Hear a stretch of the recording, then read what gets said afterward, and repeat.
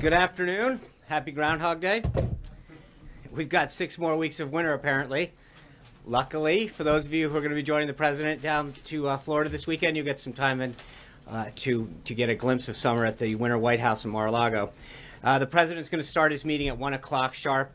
You probably just saw the B-roll of the folks from Harley rolling on in, literally. So I'm going to try to keep this a little quick. The president signed a proclamation yesterday ushering in Black History Month. He looks forward to engaging in an informative month of events honoring the enormous contributions that African Americans have made throughout our history. Last night, the president was honored to host the swearing in of the next Secretary of State, Rex Tillerson, in the Oval Office. As the president said last night, Secretary Tillerson is a man who's already respected all over the world for the tremendous life that he's led, and now will bring his years of experience to the critical task of making our nation more safer, more prosperous, and more secure. It's time to bring a clear-eyed focus to our foreign affairs, and now with Secretary Tillerson at the helm of the State Department, we'll do just that. We'll strengthen our alliances, form new ones, and enhance America's interests throughout the world. Speaking of the president's excellent nominees, praise is pouring in from around the country for his pick for Supreme Court. The Detroit News said Judge Gorsuch is a, quote, legal superstar, an outstanding choice, says the New Hampshire Union leader. The Richmond Dispatch says the initial reaction was to cheer. The South Florida Sun-Sentinel touted his, quote, excellent qualifications. Yesterday, Judge Gorsuch had his first round of meetings on the Hill. Unfortunately, Senate offices aren't in the habit of releasing editorials, but from everything we heard, the judge knocked it out of the park on the Senate as well. The president looks forward to a fair and speedy confirmation process for this exceedingly qualified nominee and jurist. In my last briefing, I read out a list of the senators Judge Gorsuch met with. In addition to the meeting with Majority Leader McConnell, Majority Whip Cornyn, Judiciary Chair Grassley, and Senators Hatch and Gardner, the judge also met with Democrat Senator Joe Manchin of West Virginia. Recently, Senator Manchin expressed his belief that Judge Gorsuch could win enough Democrats to hit 60 votes. I'll agree with the senator there on that one. I mean, we have to have a few Trump state Democrats who want to win re-election. But as I pointed out yesterday, the so-called 60-vote standard is simply not accurate. Democrats are grasping at straws to block the confirmation of an unquestionably qualified nominee. I'll repeat, neither of the 2 Supreme Court justices that President Obama put forward were subject to the 60-vote threshold. So although I agree with Senator Manchin that Judge Gorsuch will probably get enough Democrats to get to 60, it's just simply not ever been a requirement. Now on to the events of today. The president started his day by attending the National Prayer Breakfast. It's a tradition that continued over 6 decades, going back to President Eisenhower. The president thanked the American people for their faith and prayers that have sustained and inspired him, noting that the 5 words that he has heard more than any others as he's traveled throughout the country are, "I'm praying for you." He spoke at length about the ISIS genocide against Christians and the oppression of peace-loving Muslims, as well as the threats of extermination against the Jewish people, and made it clear that he believes the United States has a moral obligation to speak out against such violence. He encouraged Americans to remain a tolerant society where all faiths are respected and where all of our citizens can feel safe and secure. With that goal in mind, the president remarked that he's taken action to ensure that the United States will not allow a beachhead of intolerance to spread throughout our nation. In the coming days, we'll develop a system to help ensure that those admitted into our country fully embrace our values of religious and personal liberty and reject any form of oppression or discrimination. The president also committed to get rid of the Johnson Amendment and allowing our representatives of faith to speak freely and without retribution. In a particular poignant moment during his remarks, the president recalled yesterday his visit to Dover Air Force Base to join the family of Chief Ryan Owens as America's fallen hero was returned home. After honoring Chief Owens for giving his life in defense of the American people, the president quoted John 15:13, "Greater love hath no man than this, that a man lay down his life for his friends." After returning to the White House this morning, the president held a legislative affairs staff meeting in the Oval Office with his team. The team continues to work closely with Congress to enact the president's agenda. With the nomination of Judge Gorsuch to the Supreme Court, extensive outreach is underway on Capitol Hill, and we look forward to the judge receiving a swift and fair hearing. Between his meetings, the president was pleased to see the EPA Administrator-designate Pruitt was voted out of the Senate Environment and Public Works Committee, As has unfortunately become the practice, the Democrats again boycotted the hearing, requiring a suspension of the rules in order to advance his nomination. Following the strategy session, the president met with Senators Hatch, Wyden, and Congressman Brady and Neal. This meeting was an opportunity for the president to meet with the chairman and ranking members of the Senate Finance Committee and the House Ways and Means Committee to help chart the future of U.S. trade policy. The president has put together an all-star trade team that will work closely with the U.S. Trade Representative and the committees led by these members to craft new trade deals. The president has expressed his concern time and again with NAFTA, which he believes is an out-of-date agreement. The ultimate goal is to ensure that the best and fairest treatment of U.S. workers and businesses, and the president believes that those interests are best secured by bilateral rather than multilateral trade deals. He looks forward to working closely with the USTR and Congress when it comes to issues of trade. For those of you who weren't outside and just saw the Harleys roll up, it's no surprise that this afternoon the president will host a meeting and listening session with Harley-Davidson executives and union representatives. For a list of those individuals, please contact our office.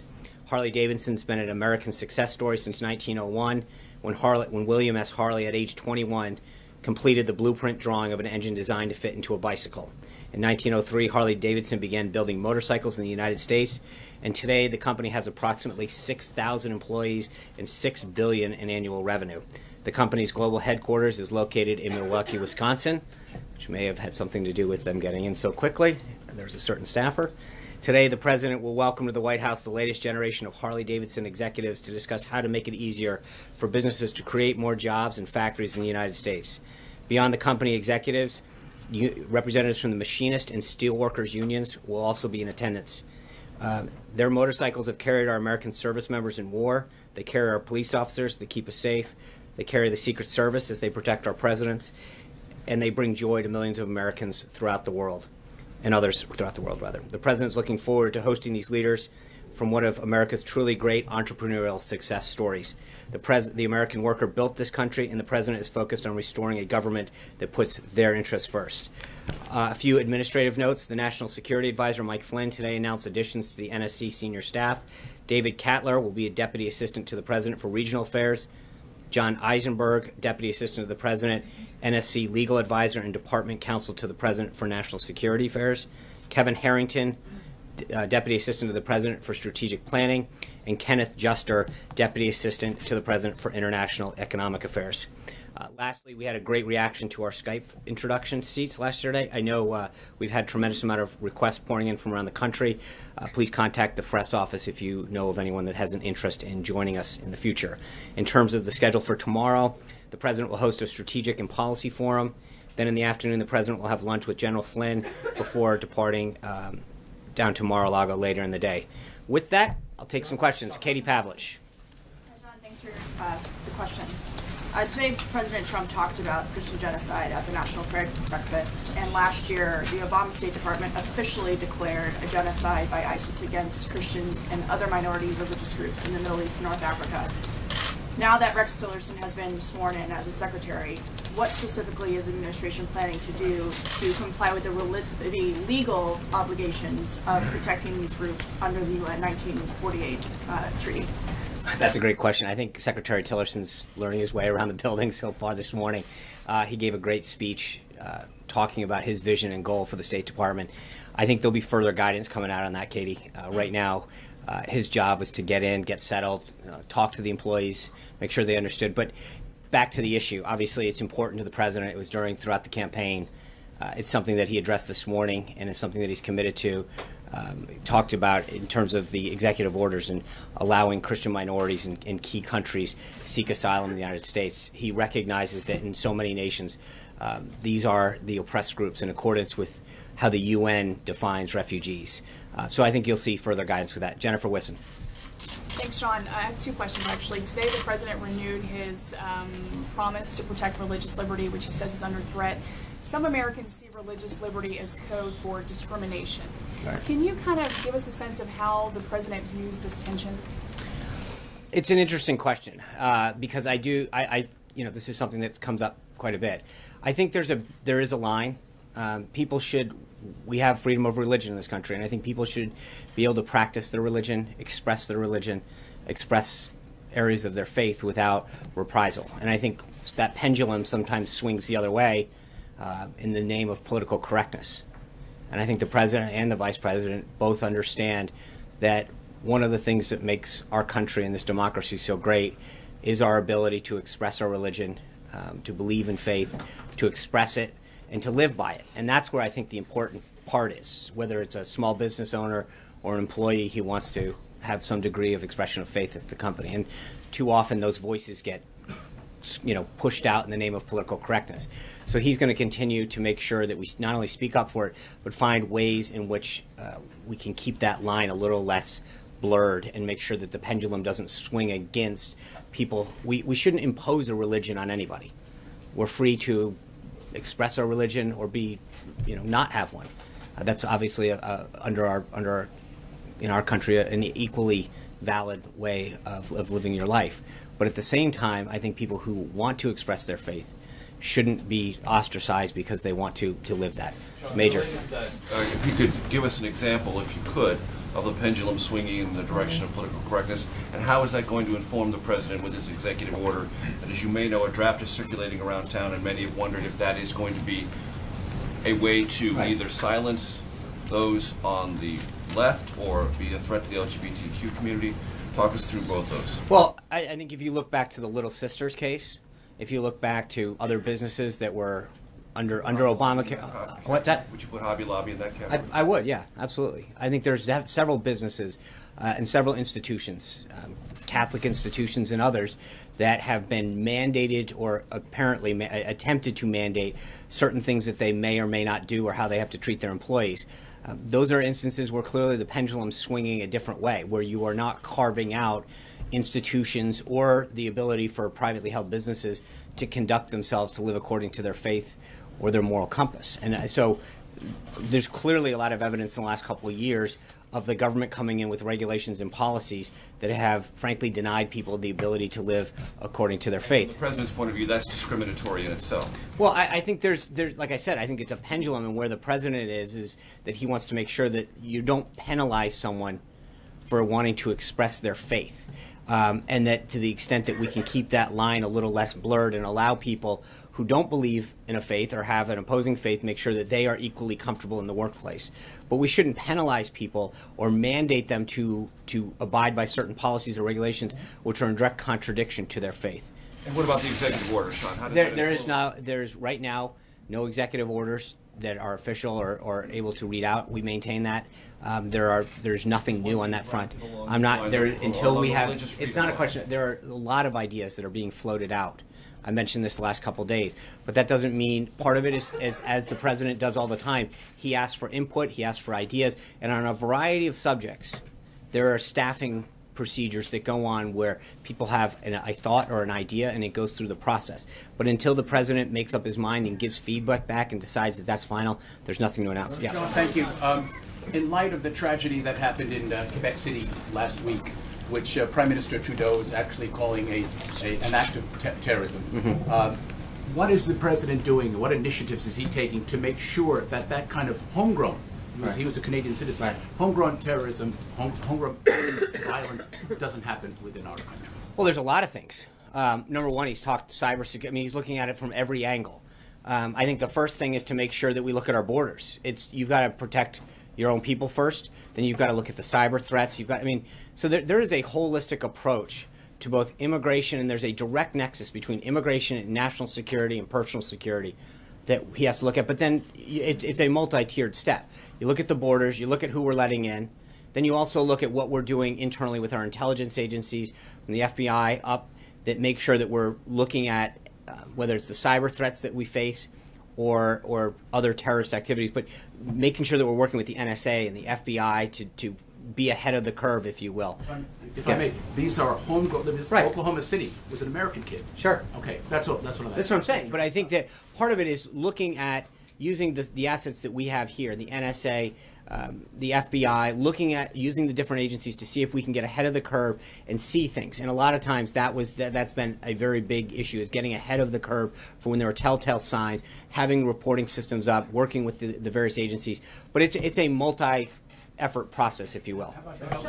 What, Kristen? Sean, thank you. Why is the administration easing sanctions against Russia? Not at easing the sanctions. time The that- Treasury Department, it is, from what I understand, it is a fairly common practice for the Treasury Department, after sanctions are put in place, to go back and to look at whether or not there needs to be specific carve-outs for different, either industries or products and services that need to be going back and forth. But I would refer you back to the Treasury Department on that one. But Sean, hold on, Sean. The language on the Treasury Department website suggests that you are, in fact, easing sanctions that authorizes certain transactions with the Federal Security Service. Does that not suggest a shift? No, it doesn't. From what was It put in is, place? from So what I understand, a explain what- regular course of action the Treasury does quite often when there are sanctions imposed. But I would refer you back to the Treasury Department. Can you Yes. comment on the call with Australia? Thank you. Could I ask you to describe the tone of the call on the weekend between the Australian Prime Minister and the President, and also outline the President's concerns about the refugee deal in question? And I asked you this earlier this week, but could you clarify whether the deal is on or not? Because the President tweeted last night, "I will study this dumb deal," implying that he's still considering it. Right. The President had a very cordial conversation with Prime Minister Trumbull, where they went through an extensive discussion of this deal. The President is unbelievably disappointed in the previous administration's deal that was made and how poorly it was crafted and the threat to national security it put the United States on. He has tremendous respect for the Prime Minister and for the Australian people, and has agreed to continue to review that deal and to ensure that as part of the deal, which was always part of it, that we would go through a very, very extreme vetting process to ensure that every single person that is being offered up is coming here with peaceful intentions and poses no threat to the United States. So he has ensured that while he has respect for the Australian people and respect for Prime Minister Trumbull, that we do not pose a threat to the United States of America, that the deal that he was cut by the last administration is something that he is extremely, extremely upset with. He does not like it, but out of respect for him, he's going to allow that process, continue to study, and allow it to move forward under the conditions that have been set, that there will be extreme vetting on every single one of those individuals. Okay, but just for clarity, Yeah. the deal itself is still under review, so is not certain to proceed. Or it will part of proceed the and those people deal will be was allowed. that the deal allows for the United States to vet the individuals that are being offered up to be processed. The president's goal is to make sure that every single one of those people, in accordance with the deal, and as discussed in the telephone conversation with the Prime Minister, is subject to extreme vetting to ensure that no one puts it. But I cannot underscore how disappointed he was in the deal that was made and how he thought it was just a horrible deal that was offered up by the United States by this previous administration. Sarah. The President and his National Security Advisor have been clear that the administration wants to put Iran on notice, but Right. they haven't specified what that is. What options are on the table, and are there any options like military action that might be off the table at this point? So I think General Flynn was really clear yesterday that Iran has violated the joint resolution, that Iran's additional hostile actions that it took against our Navy vessel are ones that we are very clear are not going to sit by and take. I think that we will have further updates for you on those additional actions, but clearly we wanted to make sure that Iran understood that they are on notice. This is not going unresponded to. John. Thank you very much. I'm sorry. A Yes. Saudi vessel. Sorry. Thank you. Sorry. Yes. They thought it was American, but it's a Saudi. Right. That's right. John. Sorry. Thank you, John. Sean. On January 27th at the Republican retreat in Philadelphia, Vice President Pence had a closed-door meeting with House Republicans where several of them brought up the case of IRS Commissioner John Koskinen. There was an attempt to impeach him last year, which some of the leadership in the House felt was unfair to the commissioner, and they urged him to tell the president that, given his entire record, he should fire him or ask for his resignation soon. My sources said the vice president said, "I can hear you." Is there any pending action on the fate of Commissioner Koskinen? I have nothing to update you on. Hallie.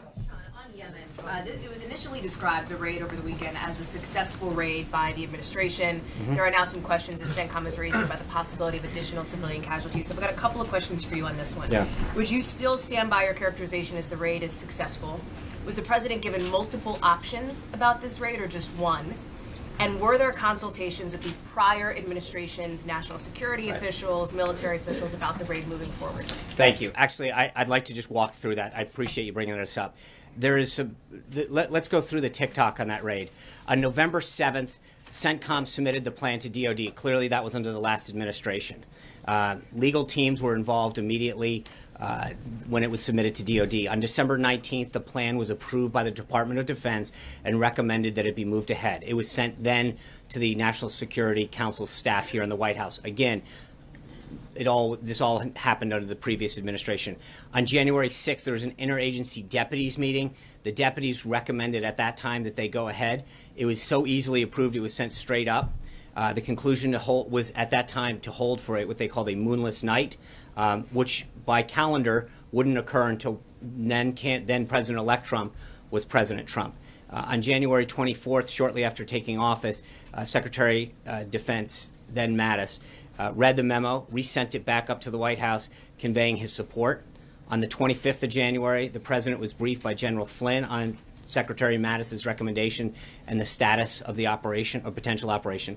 The president asked to see Secretary Mattis and Joint Chiefs of Staff Dunford. He then, on that evening, had a dinner meeting, which included the president, the vice president, Secretary Mattis, Chairman Dunford, Chief of Staff Priebus, Jared Kushner, Chief Strategist Bannon, General Kellogg, General Flynn, and CIA Director Pompeo, where the operation was laid out in great extent. The indication at that time was to go ahead. On Friday, the 26th in the morning, the Deputies Committee met again. It was not a necessary step because they had previously recommended and also reaffirmed their support for that.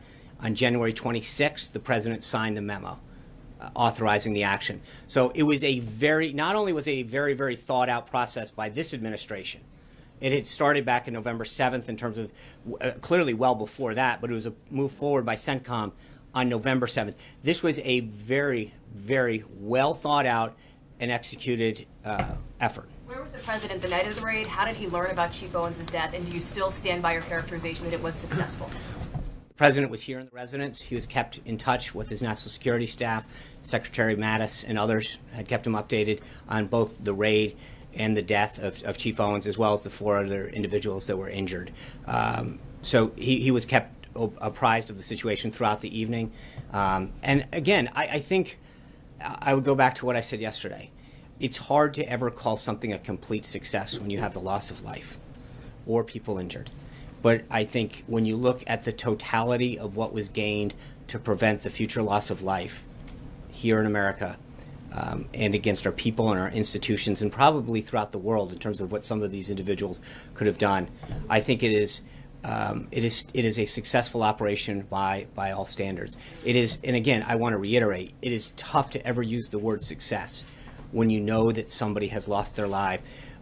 But when you go back and look at an individual that dedicated their life to serving this country and went over and over and over again, knowing that this was not only the risk that he took, but wanted to do it because he knew the threat that these kind of individuals pose to our country and to our people. That's while not a success that you lost him, you know that he died in sacrifice for someone else here in this nation. Hunter Walker. Thank you, Sean. I've seen some criticism of the president's remarks at the prayer breakfast this morning. Can you shed any light on why he thought that was a good venue to mock The Apprentice for its ratings? Look, Mark Burnett, the creator of The Apprentice, who is a longtime supporter of the prayer breakfast, but also has a personal relationship, was there. He meant it as a lighthearted moment, and I think if you look at the totality of his remarks, and they were absolutely beautiful, and I think to hone in on that, it was a lighthearted moment he was trying to have with a big supporter of the National Prayer Breakfast and a personal friend. Guys, I'll be out tomorrow. I want to make sure we all get to see the president now. Thank you, guys. Take care. Bye-bye.